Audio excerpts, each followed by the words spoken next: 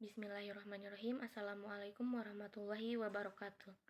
Perkenalkan, saya Intan Purnama, mahasiswa Institut Pendidikan Indonesia, Prodi Pendidikan Guru Sekolah Dasar.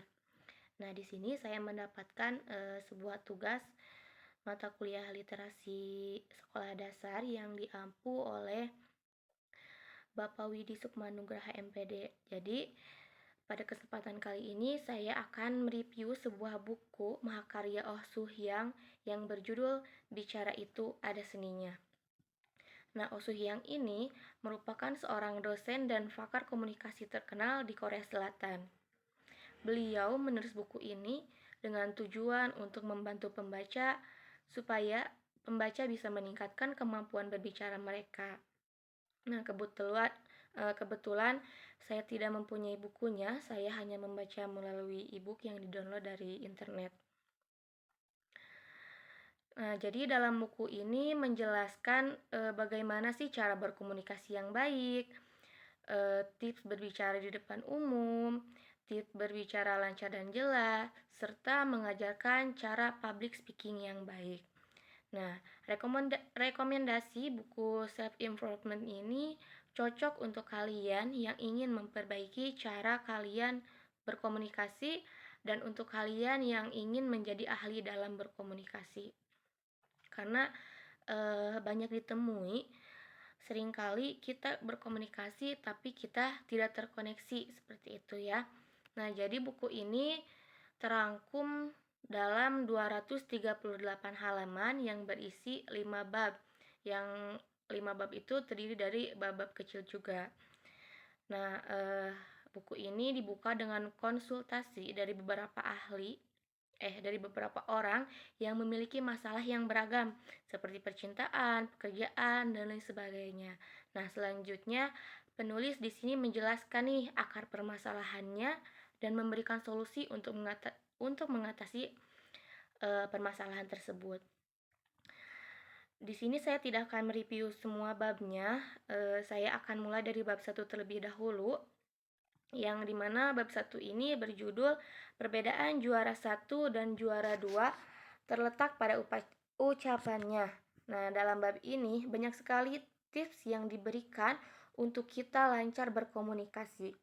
Pada bab tersebut ada beberapa saran untuk kita menyusun cerita agar orang lain tertarik nih dengan pembicaraan kita, yaitu melalui storytelling. Nah, pada bab 1 ini dibuka dengan cerita seorang pria yang susah berinteraksi dengan lawan jenis, padahal dia mempunyai wajah yang tampan, pekerjaannya sudah mapan, tetapi ketika dia berkencan dengan perempuan, kencan itu selalu gagal gitu. Nah, ternyata permasalahannya ini adalah dalam hal berbicara. Karena ketika dia sedang berbicara, seringkali dia menyombongkan apa yang dia punya sehingga dia tidak mempedulikan lawan bicaranya. Dan tentu saja ya, ketika kita berbicara dengan orang seperti itu, pasti kita akan merasa tidak nyaman, akan merasa ilfeel gitu, karena merasa tidak dipedulikan. Nah, dalam bab ini ada sebuah kutipan bahwa suara dan gerak tubuh merupakan unsur penting dalam berbicara. Nah, yang dimana ucapan dipengaruhi oleh 7% isi, 38% suara, dan sisanya yaitu 55% gerak tubuh. Artinya, suara dan gerak tubuh sangat berkaitan yang akan menghasilkan sebuah perbedaan. Adapun unsur-unsur yang harus diperhatikan nih pada saat kita berbicara dengan lawan bicara kita, yang pertama ada penampilan yang baik, selalu tersenyum saat berbicara, sikap percaya diri, dan juga gestur yang tepat. Bab ini menekankan pentingnya ucapan dalam menentukan kesuksesan seseorang dalam berbicara di depan umum. Nah, Oh Soo-hyang menggunakan pengalaman pribadinya sebagai contoh untuk menunjukkan bagaimana ucapan yang baik dapat membuat seseorang tampak lebih menarik dan juga profesional di mata orang lain. Dalam bab ini juga, Oh Soo-hyang menjelaskan bahwa ucapan yang baik tidak hanya tentang kata-kata yang dipilih, tetapi juga tentang cara mengucapkan kata-kata tersebut. Dia menunjukkan bahwa ucapan yang baik dapat membuat seseorang tampak lebih percaya diri dan profesional, sementara ucapan yang buruk dapat membuat seseorang tampak kurang percaya diri dan juga profesional. Nah, Oh Soo Hyang juga menyoroti pentingnya memahami dan menghargai ucapan orang lain, seperti yang dialami oleh pria tadi, bahwa kita ketika kita berbicara, kita eh, jangan memikirkan kita sendiri, tapi kita juga harus menghargai lawan bicara kita supaya lebih enak aja gitu. Kita juga bisa lebih membangun hubungan yang baik dan meningkatkan kemampuan berbicara kita sendiri.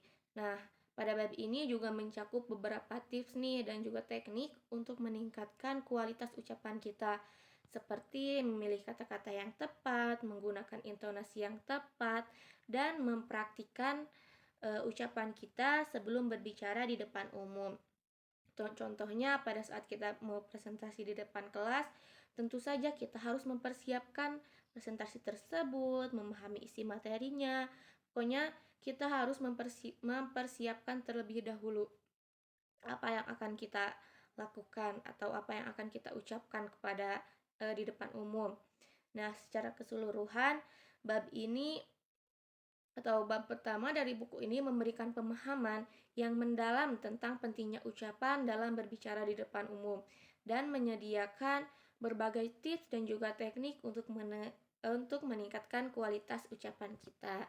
Nah, bab 1 mencakup itu saja. Mungkin minggu depan saya akan membahas bab 2. Sekian dari saya.